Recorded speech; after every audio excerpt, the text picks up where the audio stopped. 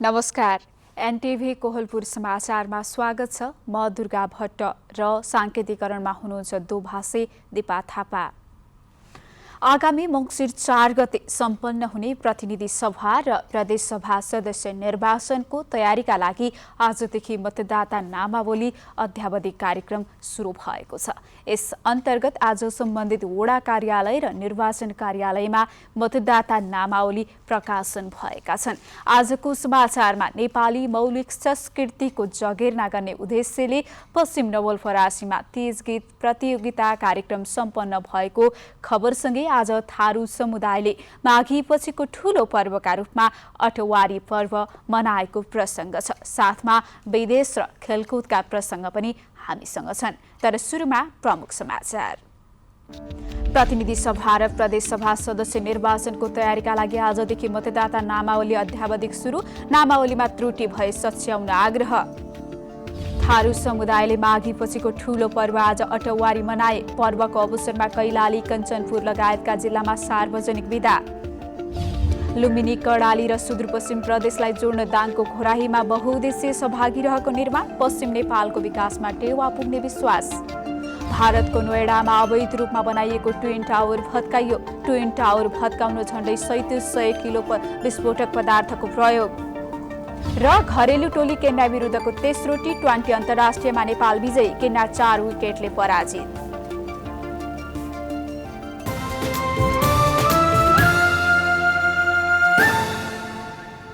समाचार अब विस्तारमा।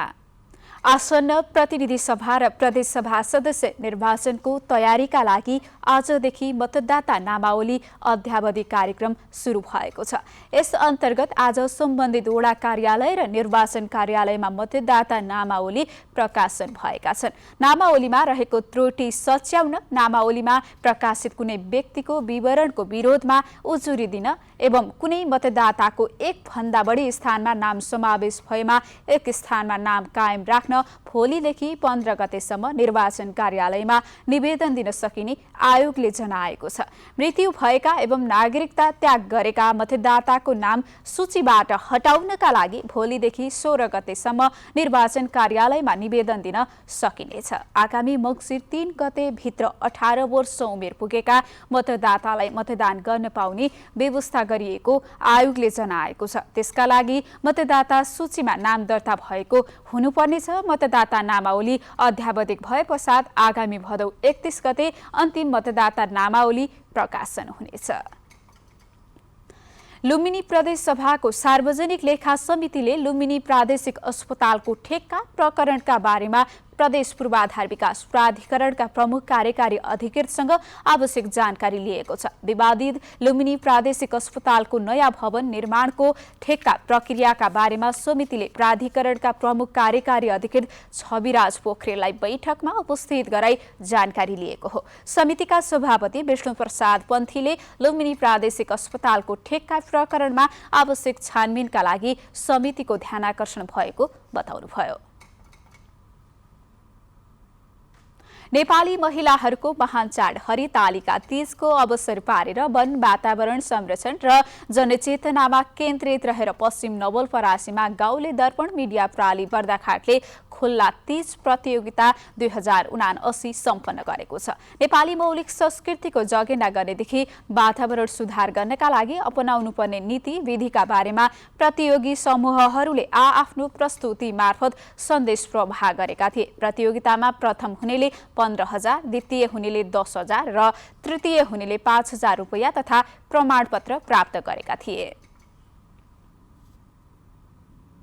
पश्चिम तराईका थारू समुदायले अटवारी पर्व मनाएका छन्। बाँके, बर्दिया, कैलाली, कञ्चनपुर र दाङमा बसोबास गर्ने थारू समुदायले माघी पछिको ठूलो पर्वका रूपमा अटवारीलाई मनाउने गर्दछन्। श्रीकृष्ण जन्माष्टमी पछिको पहिलो आइतबारको दिन व्रत बस्ने र सोमबार सकिने गर्छ। पर्वको पहिलो रात दरका रूपमा भात, माछा चोखो तरिकाले पकाउने र भाले नबास्दै उठेर खाने चलन रहेको थारू संस्कृतिविद अशोक थारूले बताउनुभयो। त्यस्तै अटवारीको दोस्रो दिन बिहानै नुहाई धुवाई गरेर 3, 5 अथवा 7 प्रकारको तरकारी पकाइन्छ। परिकार खानु पूर्व आफ्नो खानाबाट आधा भाग झिकेर अलग राख्ने प्रचलन पनि छ। यसरी छुट्याएको परिकार विवाहित छोरी चेलीलाई कोसेलीका रूपमा उपहार दिने गरिन्छ। यो पर्वले दाजुभाइ तथा दिदी बहिनी बीचको सम्बन्ध समेत प्रगाढ हुने विश्वास थारू समुदायमा छ। थारू समुदायको यो पर्वका अवसरमा आज सुदूरपश्चिम प्रदेश सरकारले कैलाली, कञ्चनपुर लगायतका जिल्लामा सार्वजनिक बिदा दिएको छ।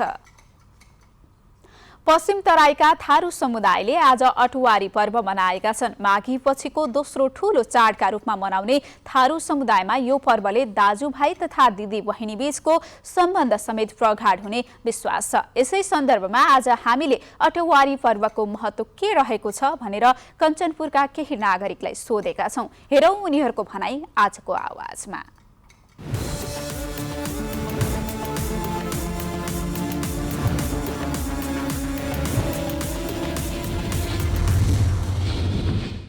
सबसे बड़ा भीमसिंह लेना दूसरों सबको 5 भैया मिल के ना सबसे बलकर वो ठहरा भीमसिंह दूसरों तो ये ना कहीं काप बिल्डिंग ना काप बिल्डिंग रोटी तो नहीं बिल्टी ने बिल्टाइट नहीं का कोई हायर से काल बिल्टाई नहीं सकला।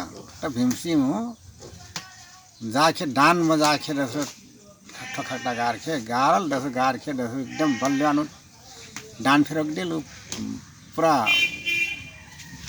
और लड्डे डान फिर लो फिर बिल्डा डालो ना चिली बेचने के लाख वो लड़का पकड़ के लाख रचा कोई एक लेडा लड़का नहीं होते तो वो उससे पर्व रचा है बच रहा ना हर अठवारा बच रहा मनी लड़का के हुए लगे तो वो से ये अठवारी पर्व मन था ये वो चिली बेचने के वो से रचा यार बच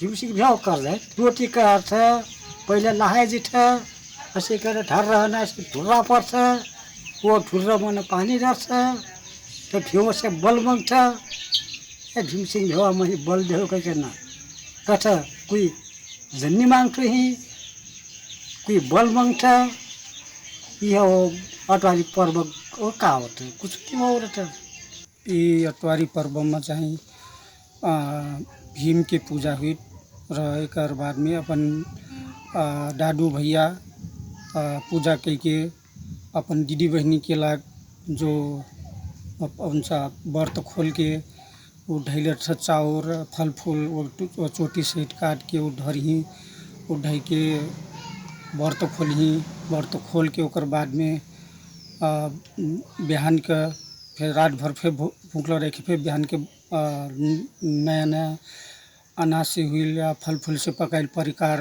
बनाकर पका पुके फिर वही व्रत खोल के अपन दीदी बहनी के घर डिहे जीना चलन में अभी ऐसे हो अपन पुरान देखी परंपरा चलती है लग मन्ना अपन जीवन सुरक्षा लग अभी व्रत रहना अपन सुरक्षा शरीर के लग अपन घर परिवार के लग मज़ा हुई भी सब अपन हमार घर परिवार सब मज़ा रही कह के अब वो है हो के कहूँ ये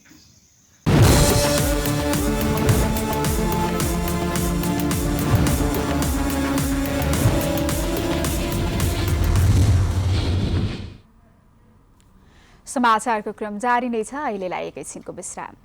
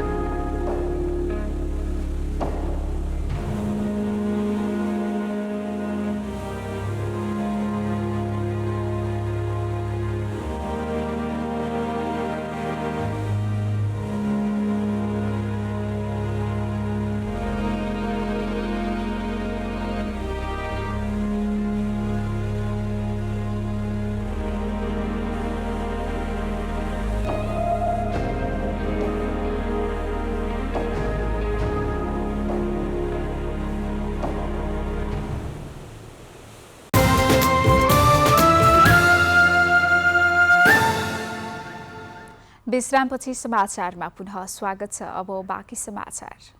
बाँकेको कोहलपुरमा नापी तथा मालपोतको शाखा कार्यालय सञ्चालनमा ल्याइएको छ।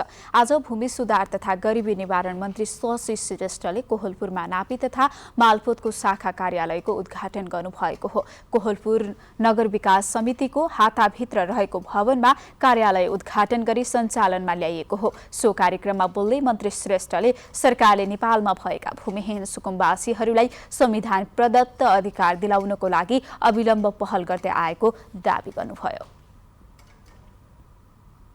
हामीले खोजिकन टर्च बालेर खोजेर भए पनि नागरिकका हक अधिकारहरू स्थापित गर्नु पर्दछ भन्ने मान्यता हो। त्यही मान्यता अनुरूप अहिले हामी अगाडि बढिरहेका छौँ।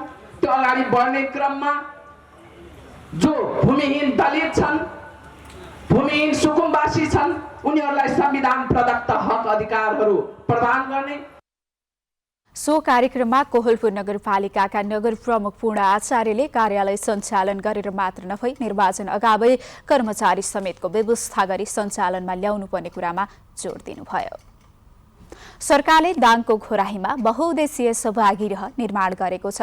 लुम्बिनी, कर्णाली र सुदूरपश्चिम प्रदेशलाई जोड्न सभागृह निर्माण गरिएको हो। निजी क्षेत्र, सर्वसाधारण र सङ्घ सरकारको 31 करोडको लागतमा भवन बनेको हो। भवन बनेसँगै पश्चिम नेपालको विकासमा टेवा पुग्नेछ। हल अभाव हुँदा होटल र खुल्ला चौरमा हुने सरकारी स्तरका कार्यक्रम यसैमा सञ्चालन हुनेछन्। नेपालको पश्चिमी भेगलाई समेट्ने गरी सरकारले दाङको घोराईमा बहुउद्देश्य सभागृह निर्माण गरेको छ। लुम्बिनी, कर्णाली र सुदूरपश्चिम प्रदेशलाई समेट्ने गरी सभागृह निर्माण गरिएको हो। यी प्रदेशका ठूला सभा सम्मेलन र सरकारी स्तरका कार्यक्रम यही भवनमा हुनेछन्। 4 तलाको उक्त भवन बनाउन दाङ उद्योग वाणिज्य सङ्घ र सर्वसाधारणबाट सङ्घले 3 करोड र सङ्घ सरकारको तर्फबाट 28 करोड 30 लाख गरी जम्मा 31 करोड 30 लाखको लागतमा भवन बनेको हो। सभागृहमा तल्लो भागमा 500 र माथिल्लो भागमा 400 गरी 900 कुर्सीसहित 2000 सर्वसाधारण अट्ने क्षमता रहेको उद्योग वाणिज्य सङ्घका महासचिव महेन्द्र बुढाथोकी। यो नेपालकै पश्चिम भेगकै एउटा सबभन्दा ठुलो सुविधा सम्पन्न सभागृह भनेर पनि हामीले नामाकरण गरेका छौँ र त्यो सुविधा सम्पन्न हल पनि निर्माण भएको छ। अस्ति भर्खरै शहरी विकास मन्त्री माननीय श्री मेनपन चौधरीज्यू आएर हामीले विधिवत रूपमा यसको उद्घाटन गर्यौँ। यसअघि ठाउँ अभाव हुँदा जिल्लामा हुने सभा सम्मेलन सडक तथा ससाना चौरमा गर्नुपर्ने बाध्यता थियो। यसबाहेक सरकारी स्तरका कार्यक्रम भने होटलमा हुँदै आएका थिए। सरकारले भवन बनाइदिएसँगै वरपरको व्यापार व्यवसाय बढेको र कतिपयले रोजगार पाएको स्थानीयहरू बताउँछन्।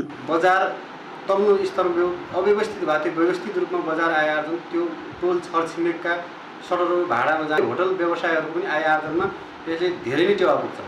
सभागृहले 3 प्रदेशका 33 जिल्लालाई जोड्ने काम गरेको छ भने प्रदेशमा हुने विकासका मोडेललाई प्रदेशसम्म पुर्याउन सघाएको छ। जनक नेपाली, नेपाल टेलिभिजन, लुम्बिनी प्रदेश, दाङ। पर्यावरण र जैविक विविधताको दृष्टिकोणले उपयोगी जीव चमेरा लोप हुने अवस्थामा छन्। चमेरा लोप हुन थालेपछि 2070 सालमा कपिलवस्तु नगरपालिका 3 देवानगढियामा 1 हेक्टर क्षेत्रफललाई संरक्षण क्षेत्र घोषणा गरिएको थियो। तर सरोकारवालाहरूको बेवास्ताले संरक्षण क्षेत्र नै जोखिममा परेको छ। यी चिरबिराहट हुन् चमेराको, जुन कि दिनानुदिन लोप हुन थालेका छन्। विश्वमा झन्डै 1100 प्रजातिका चमेराहरू पाइन्छन्। यिनलाई 2 प्रकारमा वर्गीकरण गरिएको छ, एउटा मांसाहारी र अर्को फलाहारी चमेरो। मांसाहारी चमेरो किरा फट्याङ्ग्राहरू मात्र खाएर जीवन निर्वाह गर्दछन् भने फलाहारी चमेरो चाहिँ फलफुल खाएर जीवन निर्वाह गर्ने गर्दछन्। पर्यावरण र जैविक विविधताको दृष्टिकोणले उपयोगी जीव चमेरा पछिल्लो समय लोप हुने अवस्थामा पुगेका छन्। चमेरा दिनानुदिन लोप हुन थालेपछि 2070 सालमा कपिलवस्तु जिल्लाको कपिलवस्तु नगरपालिका वडा नम्बर 3 देवानगढियामा 1 हेक्टर क्षेत्रफललाई संरक्षण क्षेत्र घोषणा गरिएको थियो। राष्ट्रिय निकुञ्ज र वन्यजन्तु आरक्ष बाहेक संरक्षण क्षेत्र घोषणा गरिएको यो नेपालमा पहिलो क्षेत्र हो।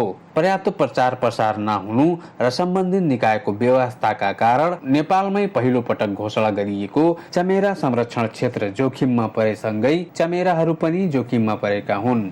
देवानगढिया स्थित पोखरीको डिलमा रहेका 1 दर्जन रुखमा 500 बढीको हाराहारीमा चमेरा बस्ने गर्दछन्। संरक्षण क्षेत्र घोषणा गरिए पनि सरकारवालाले वास्ता नगर्दा अहिले यहाँ रहेको चमेराहरू सङ्कटमा परेका छन्। विपदको संकेत गर्ने र जैविक विविधताका दृष्टिकोणले समेत महत्वपूर्ण चमेराका संरक्षणका लागि कपिलवस्तु नगरपालिका वडा नम्बर 3 को वडा कार्यालयले पहल गर्ने कपिलवस्तु नगरपालिका वडा नम्बर 3 का वडाध्यक्ष प्रकाश गैरेले बताउनु भएको छ। चमेरो संरक्षणका लागि समिति भए पनि आफूलाई केही जानकारी नभएकाले नीतिगत रूपमा योजना बनाई काम गर्न नसकेको उहाँको भनाइ छ। खास गरिकन वास्तवमा यो वातावरणलाई सन्तुलन गर्नमा चमेरोहरूको धेरै भूमिका हुन्छ र त्यही अनुरूप हामीले चमेरोहरूको संरक्षण सम्वर्धन गर्नुपर्छ। यसको एउटा समिति पनि छ जहाँसम्म मलाई सम्झना छ, तर पनि समिति मार्फत त्यस्तो कुनै किसिमको वडामा अथवा पालिकामा प्रस्ताव अथवा जानकारी नआएकोले हामीहरूले त्यसतिर ध्यान आकर्षित गर्न सकेनौँ। तर अब यस प्रकारको कुरा आइराखेको अवस्थामा निश्चित रूपले वडाबाट हुने चमेरोको संरक्षण सम्वर्धनको लागि हामीले त्यो व्यवस्थापन गर्नेछौँ। देवानगढिया स्थित रात चमेराको वास स्थानका साथै उनीहरूको प्रजनन क्षेत्र पनि हो। विश्वमै दुर्लभ मानिने रातमा 90% र दिनमा 10% मात्र उज्यालो हेर्न सक्ने स्तनधारी चमेरो अहिले कपिलवस्तु जिल्लाका विभिन्न ठाउँको रुखमा झुन्डिएका देखिन्छन्। फलाहारी चमेराले वन जंगल जोगाउन र बिउबिजन परागसेचन गरेर फूलहरूको फर्टिलाइजेसन गर्न समेत मद्दत गर्दछन्। त्यसैगरी मांसाहारी चमेराहरूले पनि विभिन्न अन्नबालीका लागि हानिकारक मानिने किरालाई खाएर मद्दत पुर्याइरहेका हुन्छन्। नेपालमा पाइने 53 प्रजातिका चमेरा मध्ये यहाँ राज चमेरा रहेका छन्। वासुदेव वर्मा, नेपाल टेलिभिजन, लुम्बिनी प्रदेश, कपिलवस्तु। समाचारको क्रम जारी नै छ, एकैछिनको विश्राम।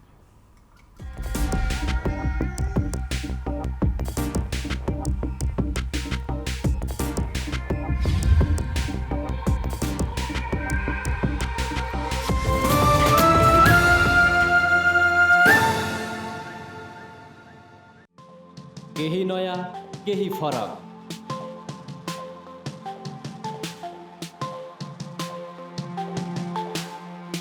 राष्ट्रिय सञ्चारको मेरुदण्ड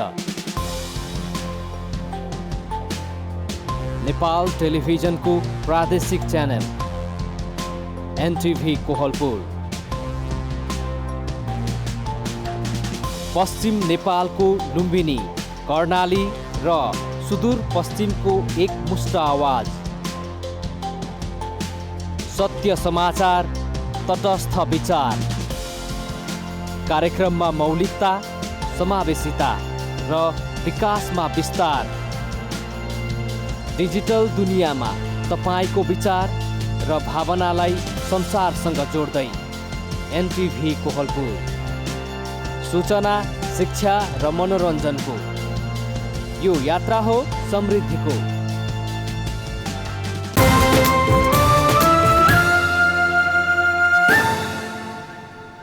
तपाईं एनटिभी कोहलपुर हेर्दै हुनुहुन्छ। अब बाँकी समाचार। नेपालमा पछिल्लो 24 घण्टामा थप 202 जनामा कोरोना संक्रमण पुष्टि भएको छ भने 1 जनाको मृत्यु भएको छ। स्वास्थ्य तथा जनसङ्ख्या मन्त्रालयका अनुसार 3833 जनाको परीक्षणमा 202 जनामा संक्रमण पुष्टि भएको हो। यो सँगै कोरोना भाइरसको सक्रिय संक्रमितको संख्या 3313 पुगेको छ। पछिल्लो 24 घण्टामा 462 जना संक्रमण मुक्त भएका छन् भने आज थपिएका सँगै नेपालमा कोरोना संक्रमितको कुल संख्या 11,47,204 पुगेको छ। अब अन्तर्राष्ट्रिय समाचार।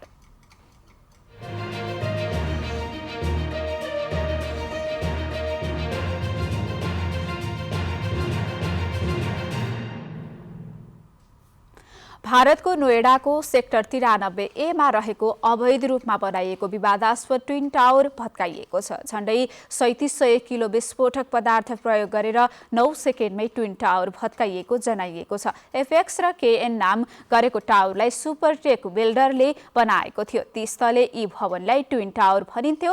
यसको उचाइ 320 फिट भन्दा धेरै थियो। भारतमा भत्काइएको सबैभन्दा ठूला भवन रहेको छ। यो नोएडाको बाक्लो बस्ती रहेको क्षेत्रमा थियो। सावधानी अपनाउँदै यी भवन नजिकको समुदायमा रहने मानिसहरूलाई घरबाट खाली गराइएको थियो। नोएडा अथोरिटीका अनुसार यी टावर भत्काइएपछि पर्यावरण संरक्षणको उद्देश्यबाट प्रभावित क्षेत्रहरूमा सडक, फुटपाथ, रुख बिरुवाको सफाईका लागि पानी ट्याङ्कर, मेकानिकल स्विपिङ मेसिन र सफाई कर्मचारी खटाइएको छ।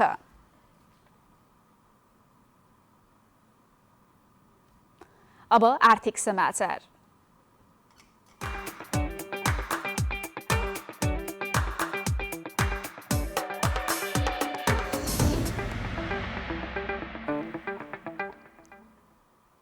हप्ताको पहिलो दिन आज शेयर बजार उच्च अङ्कले घटेको छ। शेयर बजार परिसूचक नेप्से आज 33.36 अङ्कले घटेर 1989.26 बिन्दुमा झरेको छ। आज म्युचुअल फन्ड बाहेक सबै समूहको शेयर ओह्रालो लाग्दा बिमा, माइक्रो फाइनान्स, विकास बैंक, जलविद्युत फाइनान्स लगायतका समूहको शेयर उच्च अङ्कले घटेको छ। आज 224 वटा कम्पनीको 61,48,000 किता शेयर 2 अर्ब 5 करोड 97 लाख रुपियाँमा कारोबार भएको छ। अब खेलकुद समाचार।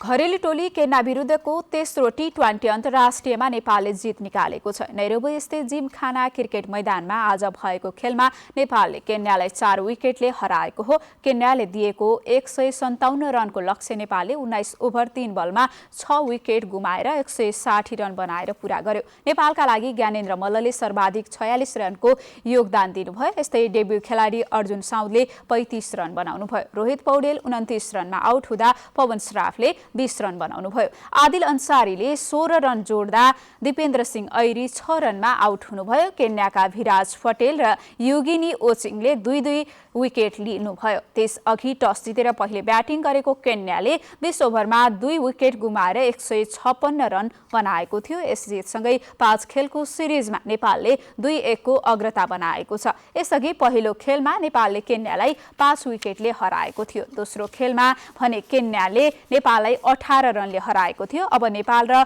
केन्याबीच चौथो टी20 भोलि हुनेछ। यस्तै पाँचौं तथा अन्तिम टी20 मंगलबार हुनेछ। टी20 सिरिजपछि नेपालले घरेलु टोलीसँग 1 दिवसीय सिरिज खेल्नेछ। पहिलो 1 दिवसीय खेल भदौ 17 गते, दोस्रो खेल भदौ 18 गते र तेस्रो खेल भदौ 20 गते हुनेछ। अब मौसम।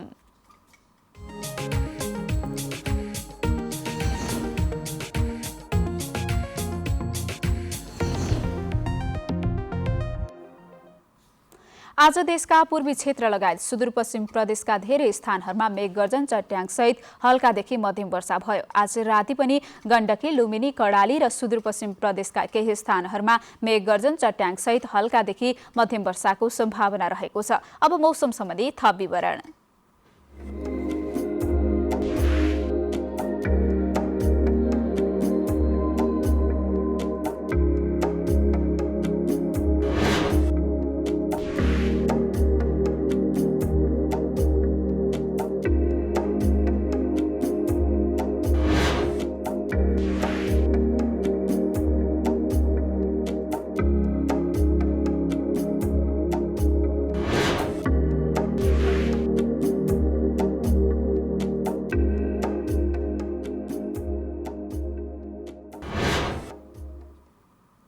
समाचारको अन्त्यमा प्रमुख समाचार पुनः एकपटक।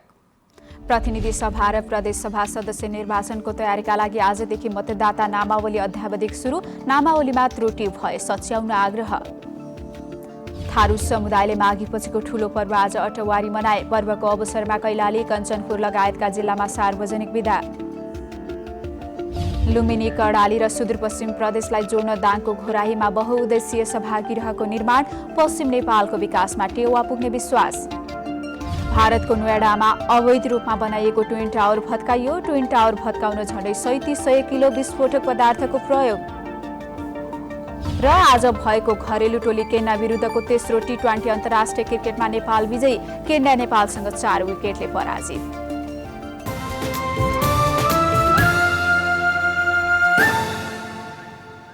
हवस् त, अहिलेलाई समाचारको सिलसिला यति नै। बिदा दिनुहोस्। नमस्कार।